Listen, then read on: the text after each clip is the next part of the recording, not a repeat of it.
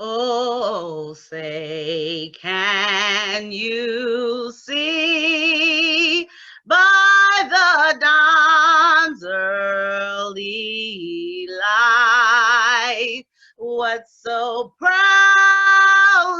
we hail at the twilight's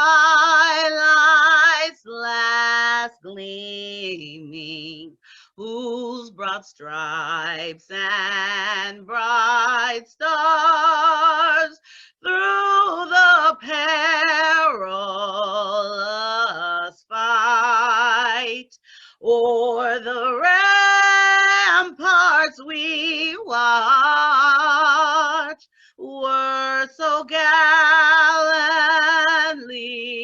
gleaming, and the rockets red glare, the bombs bursting in air, gave proof through the night that our flag was still there. Oh, say does that star-spangled banner yet wave o'er the land of the free and the home of the brave?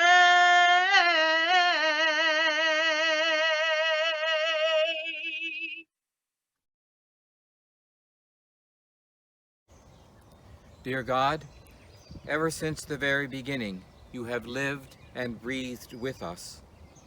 Sometimes it has gone well, and many times we have struggled. It has been especially hard for we humans to love and respect one another. We needed help and guidance, and over all generations, you have inspired prophets, leaders, and teachers. People came together to write down their ideals of freedom and justice for all people, so that all could benefit, and what is loving and just prevail. Truly, you implanted within us a sense of justice which always seeks, though at times haltingly, to express itself in daily life. And so we still need help. We thank you for women and men who work to further the good of humanity. Help us this day to listen to the voices of people who seek to further your will and purpose in the world, who seek to express what is righteous and just, so that all may thrive as you have intended. May we see others as you see them, and keep us far from the things you hate. Draw us near to the things you love. Amen.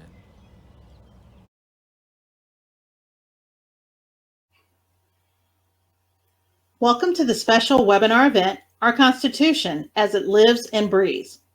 Hello, my name is Ray Kimberlin, the Executive Director of the Martin Luther King Community Coalition of Lebanon.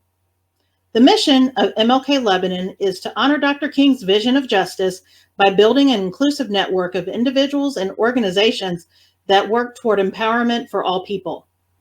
We are proud to present this informative and collaborative conversation in partnership with the NAACP Unit number 3194 Middletown, local clergy, educators, and attorneys about the living, breathing document, the U.S. Constitution. We found it important to bring together these diverse expert voices to discuss this important document and how it has been used to help guide and shape our country. Our theme is liberty and justice for all. There is still work to do to achieve Dr. King's vision and dream. And if we continue to work together, we will one day make it a reality. I would like to introduce MLK Board Member Renee Forster, who will provide the purpose of the event, followed by Mary Ellen Haynes, Board Member, who will share with you the schedule for today's webinar. Thank you.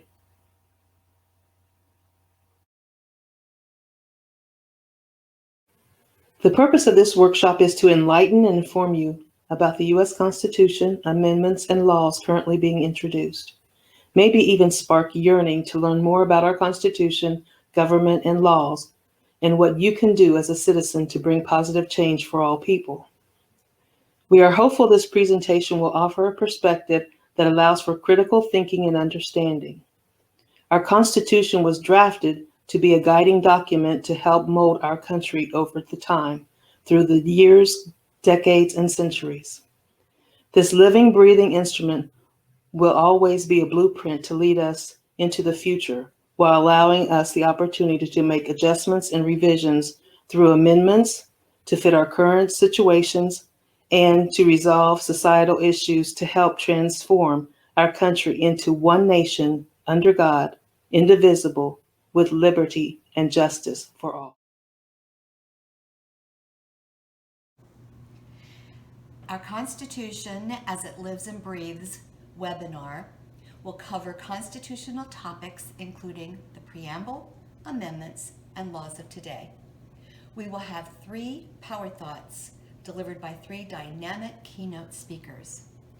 Dr. Celeste Didlick-Davis of the NAACP will discuss the separation of church and state.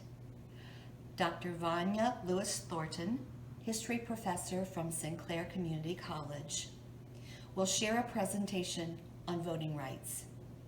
Patricia A. Wilkinson, Esquire, of Van Noy firm, will examine the First Amendment and the 13th Amendment. We will have responses from Alyssa Hensey, Lebanon High School English teacher, Reverend John Shomley of Bethany United Church of Christ, Attorney Art Harmon of the AME Church, and Reverend Corey Wagenfield of Resurrection Lutheran Church. We also will have musical selections from Carmen Dyer, Wayne Dunn, Jay Mills, Tracy Mills, Paula Whitaker, and Krista Wyatt. We will wrap up the webinar with a live Q&A with our keynote speakers, facilitated by Reverend Dr. Karen Schaefer of Bethel AME Church, board member of MLK Lebanon.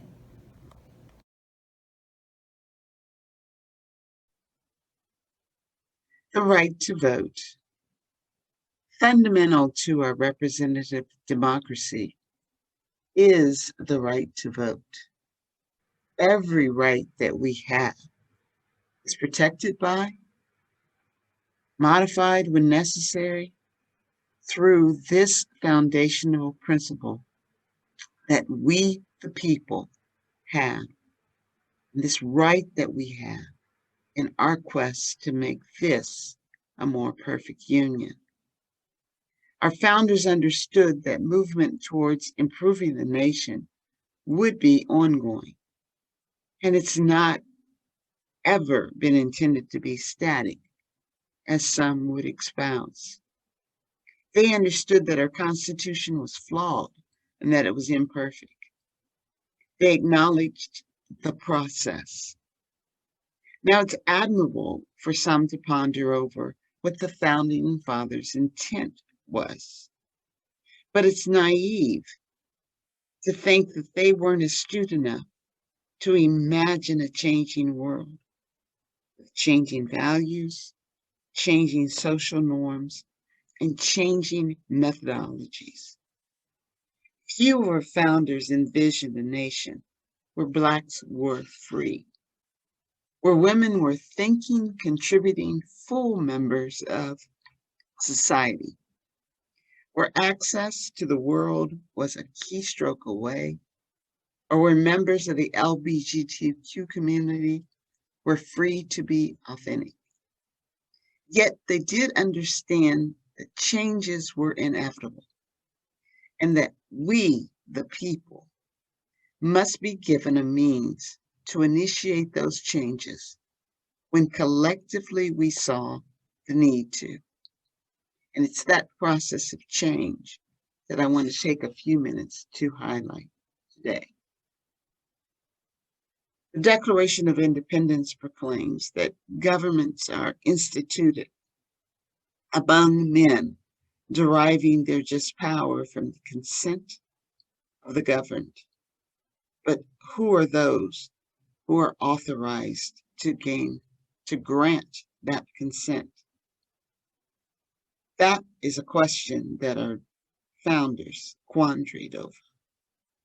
James Madison sums it up when he states that suffrage, the right to suffrage, is fundamental to a Republican Constitution. The regulations of it, at the same time, he stated, are a peculiar delicacy. Allow the right to vote exclusively to property owners, and the rights of persons may be oppressed.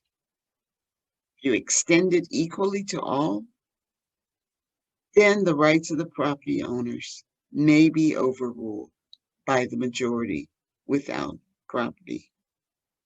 So our founders did what today seems to be the norm in our political environment. They punted ball. They punted it to states, permitting the states to define their electors. Anyone but me see that there's going to be problems on the horizon. If we recognize that there are vast disparities in states, then, even as there are now, this would lead to the institutionalization of these disparities for nearly a century. For nearly a century, only white male landowners had exclusive rights to suffrage. It was not until Andrew Jackson that white non-landowning men would be permitted to vote. Now, not by coincidence, I'm sure, around the same time that the 15th Amendment was being considered, it gave Black males the right to vote, stating that the right of citizens shall not be denied because of previous condition of servitude. But women, African American women, Native Americans, and citizens ages 18 through 21 who could have been drafted when the draft was legal, all had to wait, all had to fight for their suffrage. I want to go back for just a second and talk about this passage of the 15th Amendment, which established that citizens could vote regardless of their previous condition of servitude. We see that there are practices that are put into place, and that there are policies and even in some cases laws that are put in place to limit the right of individuals to vote. The grandfather clause, which said that if your grandfather voted, you would be granted the right to vote. The literacy tests, which tested your ability to be able to read and write and interpret archaic documents and things like the U.S. Constitution, parts of the U.S. Constitution, or the poll tax were just some of the methods that following the Civil War and passage of the 15th Amendment that were put into place to limit the right of individuals to vote. The next big amendment that is passed would be the 19th Amendment when it comes to rights to vote. And the 19th Amendment was when women, largely white women, though there were Black women as well, the Ida B. Wells, the Mary Church Terrells of their time, would also participate in this suffrage movement to grant women the right to vote. Yet there's discrimination as these women are attempting to gain access to the ballot. Discrimination is going to continue again into how the state defined their electors. Because even in 1920, after the passage of the 19th Amendment, Black women are largely denied the right to vote because it was the power of the states to determine who their electors were. The next piece of legislation, next law that is passed that will have a tremendous impact on who could vote, who we, the people, would be defined as, would be the Snyder Act of 1924, in which Native Americans would be granted citizenship. Native Americans born in the United States would be granted the rights of citizenship. And as such,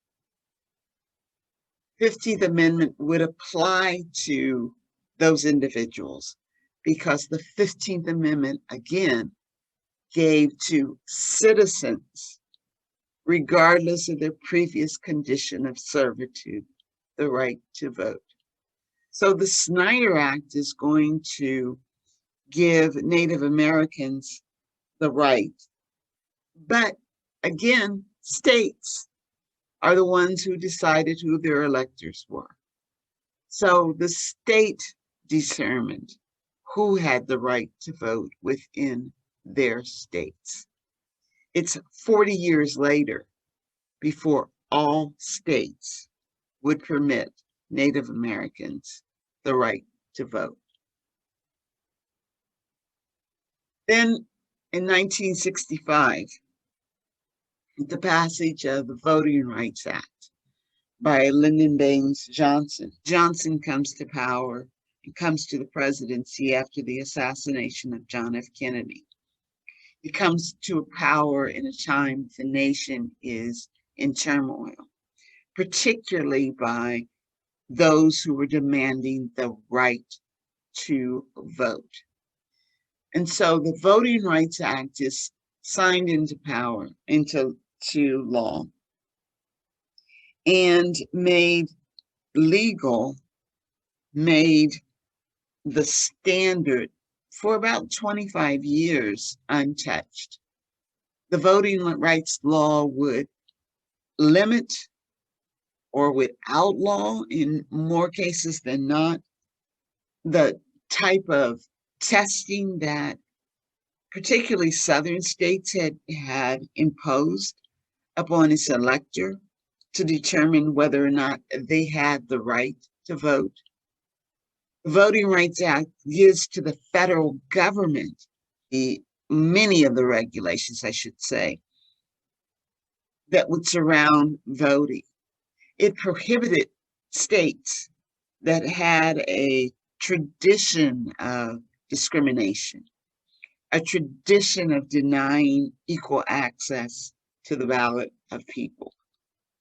It says that those states had to get any changes that they wanted passed. They had to get them approved by the federal government, by the Department of Justice. And there was a real big flaw in this passage of this amendment, or excuse me, not an amendment, but in the passage of this law, in that it had to be reauthorized every 25 years. It wasn't just something that would come to being and come to power and would see that it was a good thing for more people to be able to vote. It had to be reauthorized every 25 years, which is going to create challenges. So where are we in the 21st century with our right to vote and how that's defined? In many ways, I would argue we are in trouble. A couple of Supreme Court decisions during the 21st century has solidified this trouble. Citizens United versus the FEC, or the Federal Elections Commission, allowed for dark money to flood into our the coffers of our candidates. It allowed for outsiders to form PACs to be able to target candidates without any respect of truth, without any respect of transparency. In Shelby County versus Holder, that would be Eric Holder of the Obama administration, Shelby County allows for the states to be free of this burden of having to get approval from the Justice Department prior to making any type of changes to their laws. So we end up in the 21st century with a good thing in the largest turnout in American history in our last presidential election. Both President Biden and President Trump received a record number of votes. So that would be a good thing. Yet, 43 states are enacting legislation that, in many cases, limits the right to vote.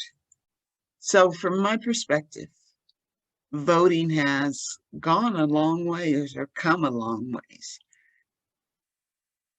However, it's in jeopardy if we, the people, allow it to be.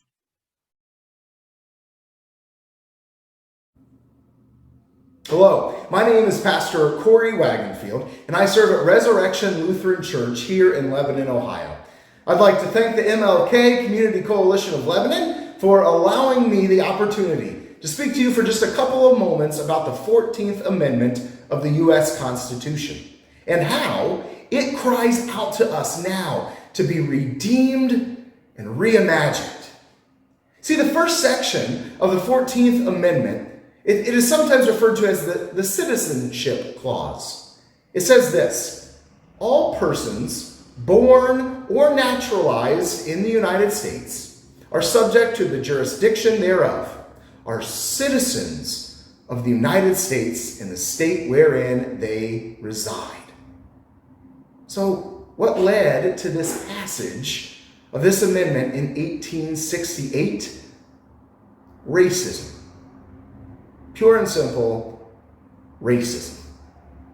You see, in 1790, a law was passed that specified that only free whites of good moral character who had lived in the United States for at least 2 years could become a citizen. And in 1857, our Supreme Court even ruled against a slave named Dred Scott, who sought his freedom because he was in a free state. And when they ruled against him, they said that whether the person of color is free or enslaved, that black men had no rights to which a white man was bound to respect. Not only had our ancestors alienated the native people of this land when we arrived here on the shores, but they also have relegated people of color to a lesser status than that of white people. But after the Civil War, during a period of Reconstruction, the 14th Amendment was passed. And all of a sudden, a breath of fresh air was breathed into our country. Now, anyone who was born in the U.S. or sought immigration could become a citizen. We were enshrining in our Constitution, this governing document of our country, the life-giving phrase from the Declaration of Independence, which says that all men are created equal. And now, because of this 14th Amendment, that would be extended to citizenship as well. But inclusion of all people means that some people will no longer hold all the power that they have enjoyed for so long. And whenever that happens, backlash is bound to arise. Starting in 1875, a series of fear-based restrictions on immigration were enacted, banning criminals, people with contagious diseases, polygamists, anarchists, beggars, people from the continent of Asia, and eventually, because of immigration from southern countries, caps were placed on certain countries on how many people could immigrate at a time. All of that breath of life that was breathed into our citizenship process by the 14th Amendment have been slowly choked out by litigation and legislation. A country that was once built on accepting boatloads of immigrants with just a declaration of intent to be a citizen and residency of a couple of years had now made it insanely difficult for people to become citizens because we have been told to fear the outsider. And the citizenship process now has become so prolonged and expensive and difficult that many Americans couldn't pass it as it is currently constituted. And as a pastor, I would be remiss if I did not put this in the context of faith. In Exodus 22:21, we are told, "You shall not wrong or oppress a resident alien, for you were aliens in the land of Egypt." So what's more important? Caring for people and giving them a chance to live the American dream, or continuing to let political messages of fear of the others outside our borders prevent us from being the welcoming place that values the gifts and talents of people who can continue to diversify the beauty of this nation? It's time for us to reclaim the breath of life of the 14th Amendment and recognize that some of our restrictive and racist laws prevent us from truly being the country that we were founded upon and that we claim to be. I'm sometimes bothered by when I hear is either politicians or even the court sometimes in the court ruling, and a lot of people that don't really know what they're talking about, who relate how we should be today based upon how the founders of this country, those who drafted the Declaration, those who drafted the Constitution, what they had in their mind as to how we should govern ourselves and some principles, they related it to their time. And there are, as we know, some issues, or a lot of issues that have arisen since 1790 that those founders had no idea of how to deal with. So when it comes to the Constitution, we cannot be just stuck based on what the founders thought. The Constitution is a living and or it should be a living and breathing document. We don't want to get away from the core principles, of course. We don't want to get away from that, but a lot of the issues that come up today were just not thought about back then. So some of the core principles that that I'm referring to are things like representation or suffrage, that type thing, because at that time they were dealing with a country that had just come into being, and so they had a thought that only certain people should be able to vote, and certain people should have a leverage over others. And what I'm talking about there is like the Senate versus the House of Representatives, whereby the House of Representatives was basically molded upon the common people, and the Senate was for those that were landholders and all that. And so those are certain things. There are certain things that all men are created equal, and all. If they hadn't put that in there, if they hadn't put that in there, then a lot of people who are disenfranchised wouldn't have anything to latch on to. But all men and women are created equal. If we would just stay with that, we wouldn't have a lot of the problems that we have today. Separation of powers. There has to be, and they have to be independent, and they should never be able to be trespassed on by the other, one or the other.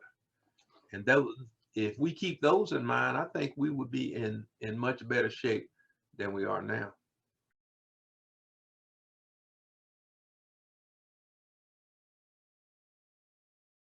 This land is your land, this land is my land, from California to the New York Islands, from the Redwood Forest to the Gulf Stream waters. This land was made for you and me. Your land, this land is my land, from California to the New York Islands, from the Redwood Forest to the Gulf Stream waters. This land was made for you and The First Amendment to the U.S. Constitution states, Congress shall make no law respecting the establishment of religion or prohibiting the free exercise thereof. The two parts of the First Amendment, known as the Establishment Clause and the Free Exercise Clause, respectively, form the textual basis for the term separation of church and state. As a result of this term, many laws have been enacted and many laws and ordinances have been challenged. These challenges automatically start on the local level. We will discuss federalism and concurrent power later. And eventually, these challenges work their way through the local court systems to the highest state courts and often the Supreme Court of the United States. The term separation of church and state was paraphrased to express an understanding of the intent and function of the Establishment Clause and Free Exercise Clause of the First Amendment of the United States, which reads, Congress shall make no law respecting an establishment of religion or prohibiting the free exercise thereof. This principle of separation of church and state has been used to express the understandings of the intent and function of the First Amendment, which allows freedom of religion. Thomas Jefferson's words, or his interpretation of this separation clause, can be traced back to writings as early as 1802. Jefferson wrote, "Believing with you that religion is a matter which lies solely between man and his God, and that he owes account to no other than his God for his faith or worship, and that the legitimate powers of government reach actions only and not opinions. I contemplate with sovereign reverence that the act of the American people, the creation of the separation of church and state clause, declares that the legislature shall make no law establishing religion or prohibiting the free exercise, thus creating a wall between church and state." Adhering to this expression of the supreme will of the nation on behalf of its rights of conscience, we understand that this country was based on the principle of freedom. In keeping with the lack of an established state or national religion in the United States, unlike many European nations at the time, Article 6 of the United States Constitution specifies that no religious test shall ever be required as a qualification to any office or public trust under the United States. Jefferson's metaphor of a wall of separation has been cited repeatedly throughout the history of the United States Supreme Court, dating back as early as 1879, when the court wrote, Jefferson's comments may be accepted almost as an authoritative declaration of the scope and effect of the First Amendment. In a later case in the United States Supreme Court, Everson v. Board of Education, which took place in 1947, the justices also affirmed that in the words of Thomas Jefferson, the clause against the establishment of religion by law was intended to erect a wall that separates the government from religion. Now, this is in contrast, but in comparison and collateral approach to the fact that we do accept in these United States the fact that a presupposition of a supreme being is in existence. And government recognizes that this observance of a supreme being does not say how you must believe. So what does this mean to you and I? And what does it mean for our nation? In Matthew, the 22nd chapter, we read of a group of Pharisees who confronted Jesus and asked for a yes or no answer on whether it was lawful to pay taxes to Caesar, the Roman emperor. Jesus responded by asking whose face was on the engraved coin that people used to pay taxes. When they answered that it was Caesar's face, Jesus replied with the now famous verse, "Then render to Caesar the things of Caesar's, and render to God the things that are God's." The second part of his answer, to give to God what is God's, serves as a reminder for us to focus on a personal relationship with God. Whether or not the Jewish audience paid taxes during that day was not nearly as important as their focus on honoring the God of their own image, the image that every human being carries. Like the image of Caesar, the image of God suggests an ownership. It is far more important that we make sure that we're pleasing God. Yes, as citizens, we are to play an active role in our government and in our communities. We are to register and to vote. We are to read the Constitution and the laws and ordinances that the government has for us, and we are to obey those laws. We are here to remember that we represent our Heavenly Father in everything that we do. Do you remember that saying, WWJD, what would Jesus do? That was very popular. We read and heard it everywhere. And I could hear someone saying in my spirit that Jesus tore up the temple and threw out the money changers. So what's different between what we have seen happening in our recent history and what Jesus did way back then? Let us consider the entire scripture. In Matthew 21, verses 11 through 13, it says, "The crowd replied, 'This is Jesus, the prophet from Nazareth in Galilee.' Then Jesus entered the temple courts and drove out all who were buying and selling there. He overturned the tables of the money changers and the seats of those selling doves. And he declared to them, 'It is written, my house will be called a house of prayer, but you are making it a den of robbers.'" It is worth noting that Jesus was in the temple.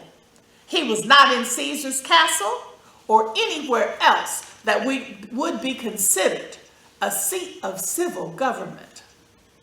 When our country, the United States of America, was established, not only was the separation of church and state established, but two distinct governing authorities were also established: the federal government and the state government. What is called concurrent power or jurisdiction, or also known as federalism. So what is federalism? Before we start, let's just take a moment to think about how many different government entities have jurisdiction over where we are right now. Do you have 1, 3, or perhaps more than that. Your answer will be different depending on what part of the country that you live. And it also is different based on your particular locality. We have county seats of government, we have school districts, we have townships, but we also have state and federal jurisdiction. So we see that it's more than just a simple question of national government. This is federalism. In the United States, the federalist system emerged because states evolved from separate colonies, which had diverse populations and diverse needs. The framers of the Constitution envisioned that state governments, not the national government, would be the main unit of the day-to-day governing of citizens. Because of the colonies and the desire to have a uniform set of rights for all Americans, federalism was developed. There are certain activities and decisions reserved exclusively for the federal government and some exclusively reserved for the states. And then the third category are those that are concurrent, which means that both the state and the federal government has powers in this area. Only the federal government can create money, regulate the mail, declare war, or conduct business with foreign entities. Now, states can have policies that have to do with taxation, healthcare, education, and a variety of other areas, as long as their laws do not contradict state laws or deny basic rights to all citizens. Concurrent powers are those that are shared by both the state and the federal government. And there are a variety of concurrent powers, including taxing, establishing courts, and regulating elections.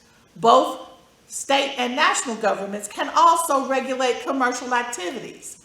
But remember, these are all true as long as the laws do not contradict national or federal rules, which come from the Constitution.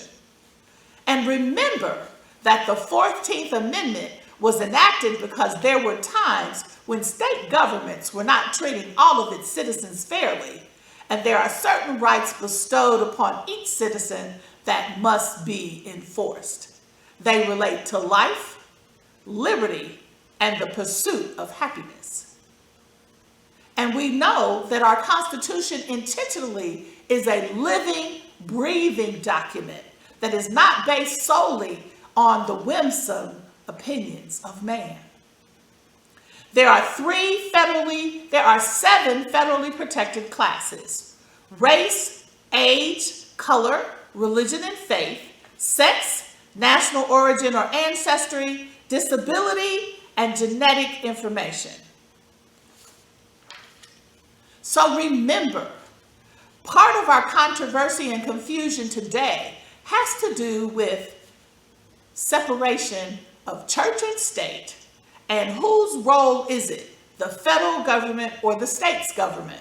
The federal government can also encourage the adoption of policies that provide better equal rights for people through federal aid programs. So in some ways, it's still the case. Whose job is it? And if the states are not fully enforcing, or for whatever reason are denying the rights of individual citizens, it is a constitutionally mandated obligation of the federal government to step in. The exclusive powers of the federal government help to make us operate as a whole. The Supreme Court, the final arbiter of all of these issues, believes that we have to remind ourselves to do nothing out of vain or selfish ambition, but rather to value all communities and individuals as a whole. If one person is denied justice, we are all living underneath our privilege and are all guilty.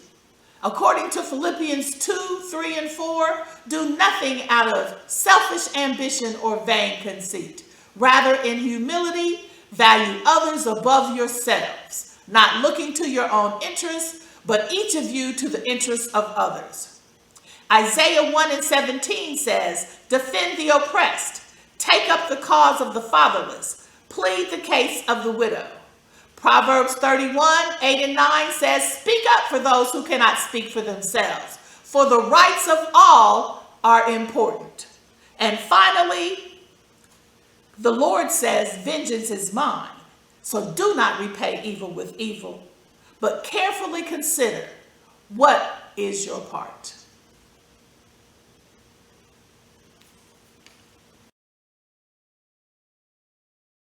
My name is John Shonley. I am the pastor of Bethany United Church of Christ, and from this perspective, I believe that the separation of church and state is a good thing. Consider the first Puritans to come to America. Those people became the Congregational denomination, and the Congregationalists later joined other denominations to become the United Church of Christ. So in a sense, I feel like this is my story to tell. Many people seem to believe that the English Puritans were freedom-loving religious separatists who wanted to establish a new society based on Judeo-Christian values. While the Puritans did want to have a society that reflected their interpretation of Old Testament laws, they didn't particularly like the Jews, or the Catholics, or the Anglicans, the Baptists, or the Quakers. Anyone who did not agree with the particular teachings of the Puritans was kicked out of the Massachusetts Bay Colony if they were lucky. At least 4 Quakers were killed because of their religious beliefs. One Puritan minister, Roger Williams, began advocating for more religious tolerance, and he was kicked out of the colony in 1635. Williams went on to found the Rhode Island colony, which held the right of liberty of conscience for all. They welcomed people of all religious persuasions, even the Baptists. This more tolerant approach was later reflected in the Constitution of the United States. My personal faith does not require everybody else to agree with me, or anybody else to agree with me, for that matter.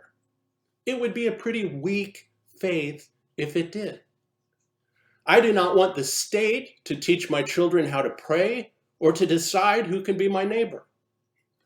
The establishment of any religion diminishes what we all can be.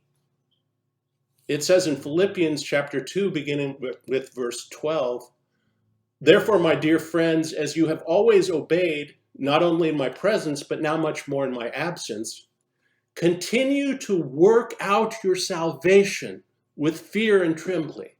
For it is God who works in you to will and to act according to fulfill his good purposes.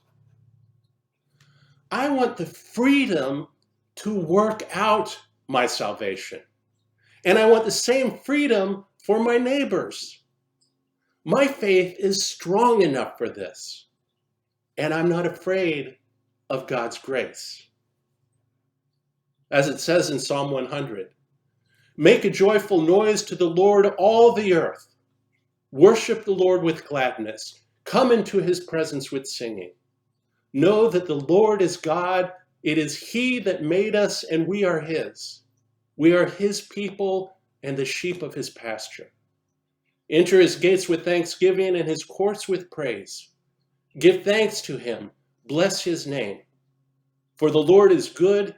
His steadfast love endures forever, and his faithfulness to all generations.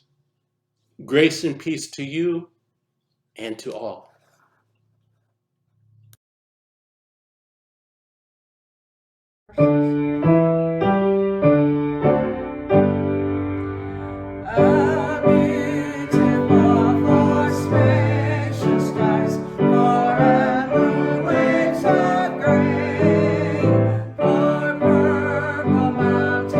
Majesty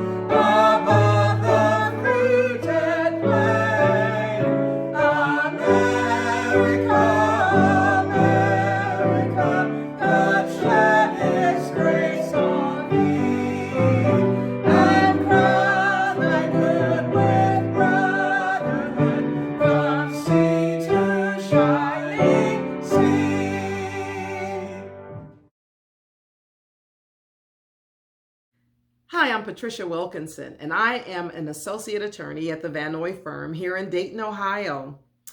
First of all, I'd like to thank Dr. Celeste Ditley Davis and the NAACP for this invitation. It is certainly a pleasure to be a part of this forum. I have been given the task of discussing basic rights as it pertains to the United States Constitution, specifically the First Amendment, freedom of speech, and the 13th Amendment, which enacted the prohibition of slavery. I must admit that the Constitution is a pretty technical topic, right? However, I am hoping to share this information in a way that is relatable to those listening because it directly affects what happens to us on a daily basis. I have always believed that it is important to revert back to the foundation of an endeavor. And with that in mind, it is important to review the preamble of the U.S. Constitution. Now, a preamble is the introductory part of a statute stating its purpose, aims, and justification. So the preamble of the Constitution reads as thus: "We, the people of the United States, in order to form a more perfect union, establish justice, ensure domestic tranquility, provide for the common defense, promote the general welfare, and secure the blessings of liberty to ourselves and our posterity," which means all future generations of people, "do ordain and establish this Constitution for the United States of America." So this is the foundation upon which the Constitution was drafted.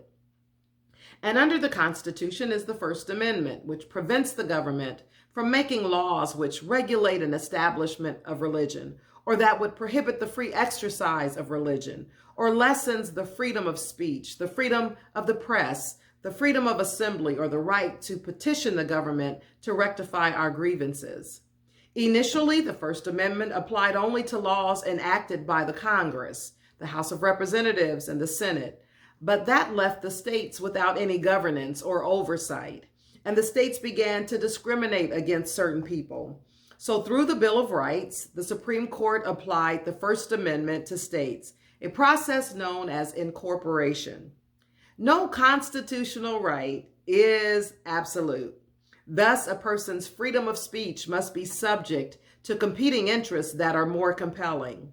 So the courts have held that a regulation may limit free speech if it is necessary to achieve a compelling government interest. This is known as strict scrutiny. For example, a judge may issue a gag order preventing attorneys and parties from discussing pending cases in public to avoid tainting the jury pool. In other words, if the jury is not sequestered and they're able to go home during the course of the trial, and they hear the prosecutor on the TV saying disparaging things about the defendant, that could prejudice the juror against the defendant. So the government could argue that the more compelling government interest is that the defendant get a fair trial, and not that the prosecutor necessarily gets to speak their mind. Other factors the courts look at is whether or not the regulation is based on the content of the speech, or if the regulation is just content neutral. Time, place, and manner is another factor. What time is the speech being made? Where is it being made? Is it somewhere where that we normally hear speeches or, protests in parks or in the streets? And then the manner in which the speech is being given. All these are factors in which the courts consider with regard to restriction on speech. As a practical matter, it's very difficult to uphold laws or statutes that are overbroad or vague. If the law is restricting everything, every speech that's being made or every kind of speech, it'll probably be struck down. Or if it's so vague that it does not reasonably explain to the public what kind of speech is being prohibited, it will probably be struck down. Again, all speech is not protected. So fighting words, not protected. Advocacy of illegal conduct, not protected. Defamation, which is a false statement made to a third party about someone and it damages their reputation, that is not protected speech. And then child pornography is not protected. Another form of speech that is not protected is incitement. And I thought I'd bring that up because of the January 6th event. That was their argument. So to be incitement, it must provoke imminent lawless action and be likely to cause such action. Interestingly enough, this standard was implemented based on a case in Ohio, which was Brandenburg versus Ohio. Clarence Brandenburg was a KKK leader who held a rally in Ohio. He advocated vengeance against the government and certain minorities. The state convicted him, sentenced him, fined him, and imprisoned him. He appealed to the Supreme Court, and they reversed the conviction. The court ruled that his speech was not made in the presence of potential targets of his advocated violence. It was not likely to cause imminent lawless action. So Brandenburg's speech was protected by the First Amendment. Now, in closing, remember, the government must satisfy an extensive analysis before taking away your right to speak. We are hearing a lot about the cancel culture, which is the occurrence of promoting the canceling of people and brands, even shows and movies, due to what some consider to be offensive or problematic. Private platforms, however, like Facebook, Instagram, and Twitter, can restrict what you post, and a private employer or a private entity can terminate you for speech or conduct that is not consistent with their beliefs or ideologies. Freedom of speech is fundamental. It has been said, without it, there's no preacher in the pulpit, no defense at a trial. Without it, we cannot cast our vote or call our representatives. Without it, there's no women's suffrage or march on Washington, no marriage equality or Black Lives Matter or #MeToo movement. It is fundamental and it must be maintained. And it's important that we all continue to voice our opinions. Hello again, in part 2 of my segment, which is the 13th Amendment.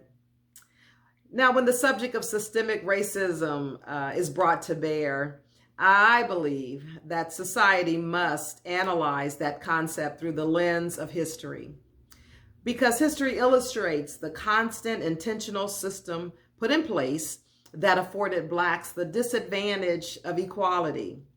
So my approach today with regard to the 13th Amendment is simply a chronological history of the evolution of where we find ourselves today with regard to racism.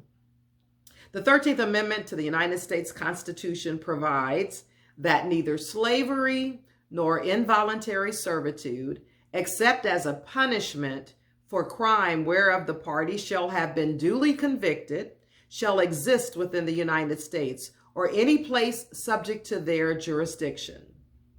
The 13th Amendment was necessary because the Emancipation Proclamation issued by President Abraham Lincoln in January of 1863 did not end slavery entirely. Those enslaved in border states had not been freed.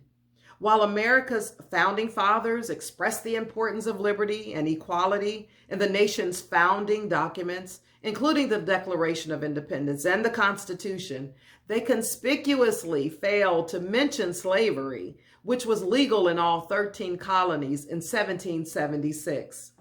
Now, many of the founders themselves owned slaves, and though they acknowledged that slavery was morally wrong, they simply pushed the question of how to eradicate it to future generations of Americans.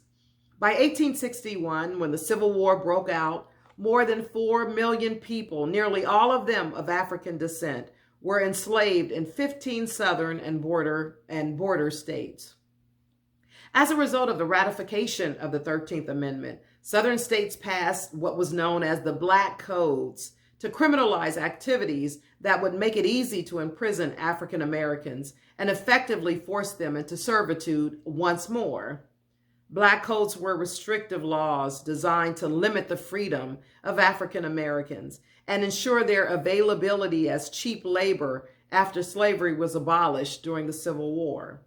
Under Black codes, many states required Black people to sign nearly yearly labor contracts. If they refused, they risked being arrested, fined, and forced into unpaid labor. First enacted in 1865 in states such as South Carolina and Mississippi, the Black codes varied slightly from place to place, but it was generally very similar. They prohibited loitering and vagrancy. So the idea was that if you're not working and you're going to be free, you're going to be working. If you had three, it was reported that if you had 3 or 4 black people standing around talking, they were actually vagrant and could be convicted of a crime and sent to jail. White planters in these states denied black people the chance to rent or buy land and paid them very little. In addition to criminalizing joblessness for African Americans, the codes required black people to sign annual labor contracts and ensured they received the lowest pay possible for their work.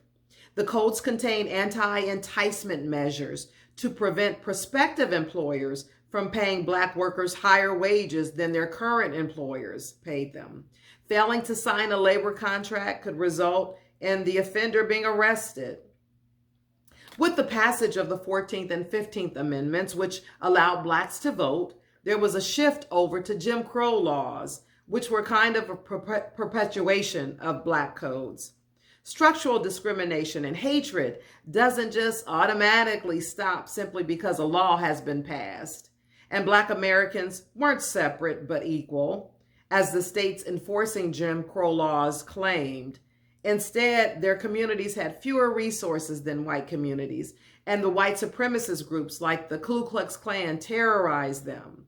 There was a rise in lynching, and lynchings were really about the message sent to the living people. It might have been about punishing that individual, but it was done to keep the other people in line to say this could happen to you as well. Simply exercising one's right to vote could lead to a visit from the Klan, and employment options for black Americans remain limited. They largely worked as sharecroppers, which entailed working the land of others, and typically for white people, for a fraction of the worth of any crops grown. As lynchings increased, so did race riots, with at least 25 across the United States over several months in 1919. This was a period referred to as Red Summer because of all the blood that was shed. In retaliation, white authorities charged black communities with conspiring to conquer white America. Where have we heard this before? With Jim Crow dominating the landscape, education increasingly under attack, and few opportunities for black college graduates, the Great Migration of the 1920s saw a significant move of educated black people out of the South, spurred on by publications like the Chicago Defender, which encouraged black Americans to move north. Read by millions of Southern black people, white people attempted to ban the newspaper and threaten violence against anyone caught reading or distributing it. The poverty of the Great Depression only deepened resentment with a rise in lynchings, and after World War II, even black veterans returning home met with segregation and violence. Now, the North was not immune to Jim Crow laws either. Some states required black people to own property before they could even vote. Schools and neighborhoods were segregated, and businesses displayed white-only signs. In Ohio, segregationist Allen Granberry Thurman ran for governor in 1867, promising to bar black citizens from voting. After he narrowly lost that political race, Thurman was appointed to the U.S. Senate, where he fought to dissolve Reconstruction-era reforms that would benefit African Americans. After World War II, suburban developments in the North and South were created with legal covenants that did not allow black families. And black people often found it difficult or impossible to obtain mortgages for homes in certain red line districts. Now, in closing, historians often cite Jones versus Alfred H. Meyer Company as a turning point of the effects of the 13th Amendment. The Supreme Court confirmed in Jones that Congress may act rationally to prevent private actors from imposing incidents of servitude. The Joneses were a black couple in St. Louis County, Missouri, who sued a real estate company for refusing to sell them a house. This is what the court held in that case. Negro citizens, North and South, who saw in the 13th Amendment a promise of freedom to go and come at pleasure, and to buy and sell when they please, would be left with a mere paper guarantee if Congress were powerless to assure that $1 in the hands of a Negro will purchase the same thing as $1 in the hands of a white man. At the very least, the freedom that Congress is empowered to secure under the 13th Amendment includes the freedom to buy whatever a white man can buy, the right to live wherever a white man can live. If Congress cannot say that being a free man means at least this much, then the 13th Amendment made a promise the nation cannot keep. Now, the 13th Amendment sought to establish equality for Black Americans. Despite these efforts, the struggle to achieve full equality and guarantee the civil rights of all Americans is still continuing, as I mentioned earlier, even throughout the 21st century. So I hope this segment has been informative for you, and I thank you for listening.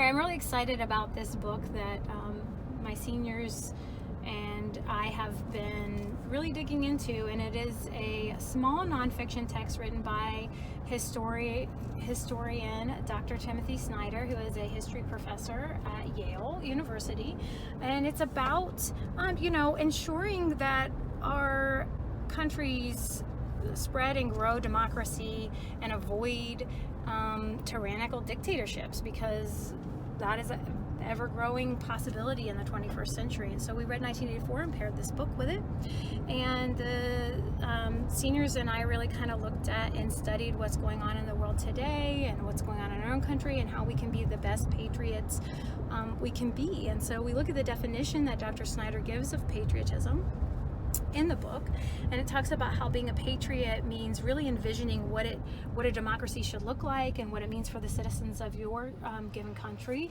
and then being real about where we are as a country right now and having the faith that our country can achieve those wonderful ideals and working towards those, and just living in the real world and accepting that, versus this idea that patriotism is what more like many intellectuals consider nationalism, which is more saying our country is the best, and to question anything that our country does would be the lack of patriotism. And that's really not what true patriotism is. For those who have studied history and learned about what it takes to ensure democracy, it's a patriotism that does question and believes in the best of its citizens and the best of its country, and expects the government and the people within it to live up to those democratic ideals.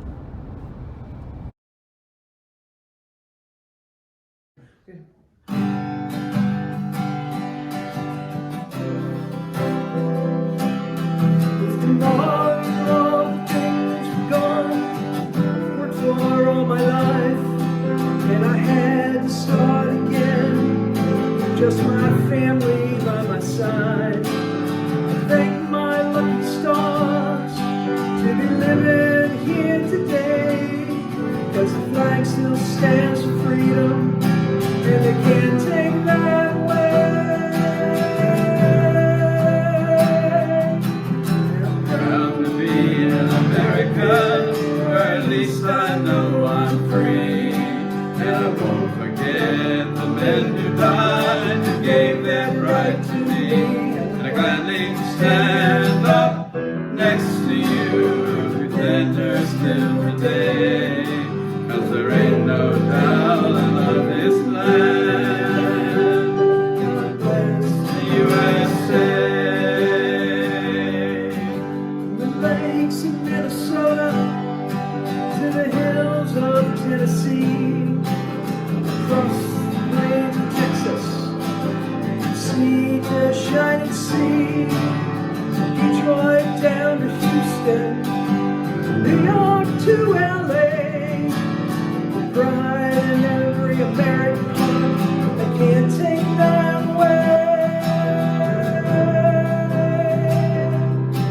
And I'm proud to be an American, or at least I know I'm free, and I won't forget the men who died and gave that right to me, as I gladly stand up next to you and defend her still today, 'cause there ain't no doubt I love this land.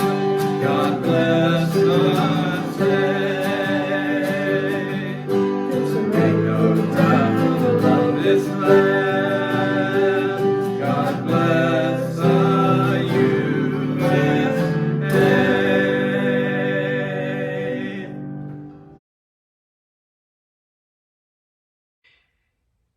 From the perspective of my pastoral role at Bethel AME Church in Lebanon, Ohio, I'm very conscious of the fact that there are religious people who believe that we should be completely disconnected from the political processes within our communities and within our nations. And there are also religious people who believe that only their own religious perspective should be considered within the civic life of communities and government. Today I want to read from a paper that I published coming out of my academic work a few years ago when I was at Payne Theological Seminary finishing up my master's in divinity. This is from the AME Church Review, and the publication was from June of 2014. Empowering Connections, Building on Conceptual Foundations Voiced in the Work of Dr. Martin Luther King Jr. Reading from the section beginning on page 68. Dr. Martin Luther King Jr. recited Amos's cry for justice and righteousness during the civil rights era of the 1950s and 60s. Dr. King said, "I have felt with Amos that when God speaks, who can but prophesy?" As the most famous spokesperson during the civil rights era of the 50s and 60s in the United States of America, Dr. King's body of work exemplifies a modern prophetic message inspired in part by Amos's admonition to the Israelites. This prophetic message remains relevant for today. The notion that God's people must behave in ways that promote justice through relationships that do not exploit or oppress others is a modern application of Amos's text. This message addresses both how people engage in communion with God and with other people. It challenges people to examine the meanings of religious ceremonies and practices. It challenges us to examine the meanings of religious ceremonies and practices. The text raises awareness that participating in church traditions and giving tithes and offerings are not the essence of what God requires.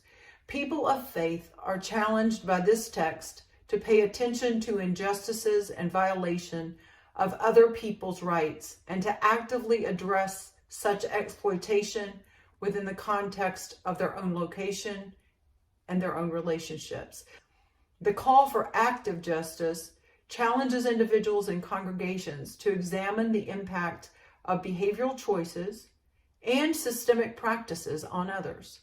It calls on people to find out the extent to which habits of thought and action are directed toward justice and the extent to which each is contributing to community injustices.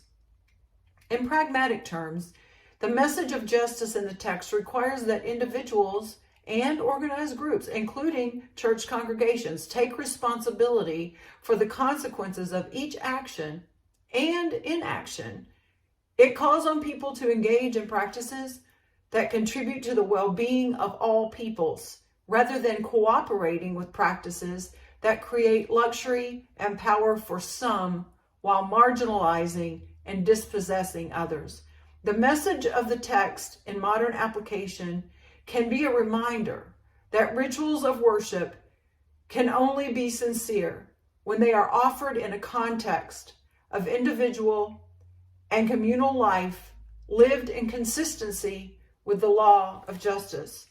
Thus, application of Amos's prophetic message as articulated by Dr. King remains relevant in the current context of church and community life.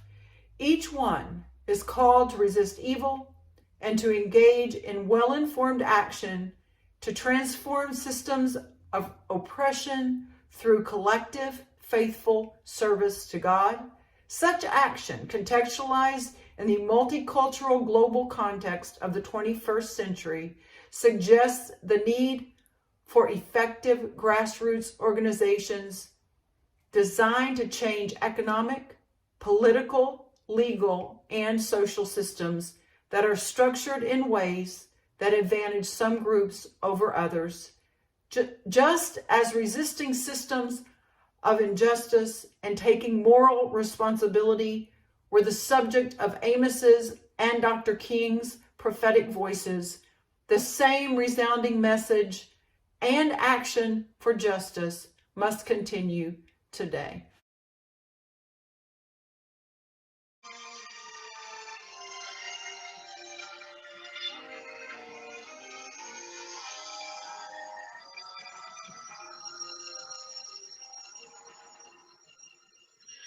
I was born by the river in a little tent, but oh, just like that river, I've been running ever since.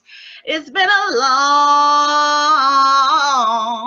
long time coming, but I know change gonna come. Oh, yes, it is. It's been too hard living, but I'm afraid to die, 'cause I don't know what's up there beyond the skies. It's been a long,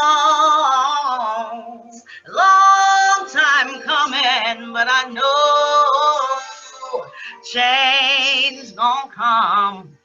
Oh, yes, it will. I go to the movies and I go downtown, and somebody keeps telling me don't hang around. It's been a long,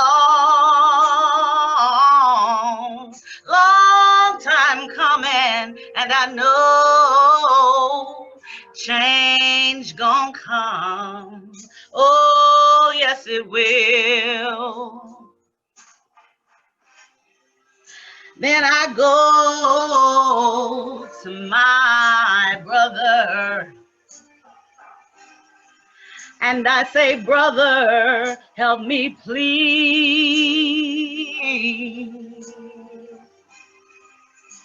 But he winds up knocking me right back down on my knees. Oh,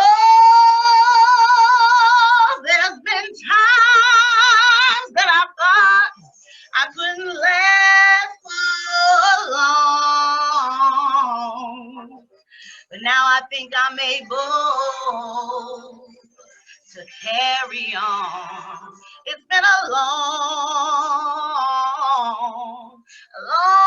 time coming, but I know change gonna come.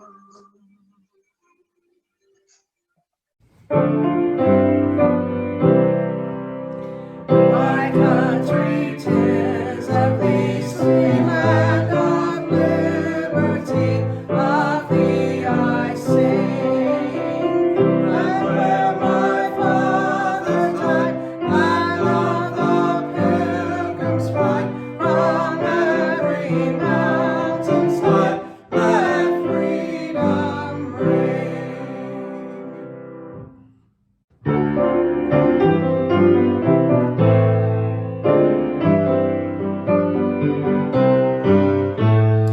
God bless America, land that I love. Stand beside her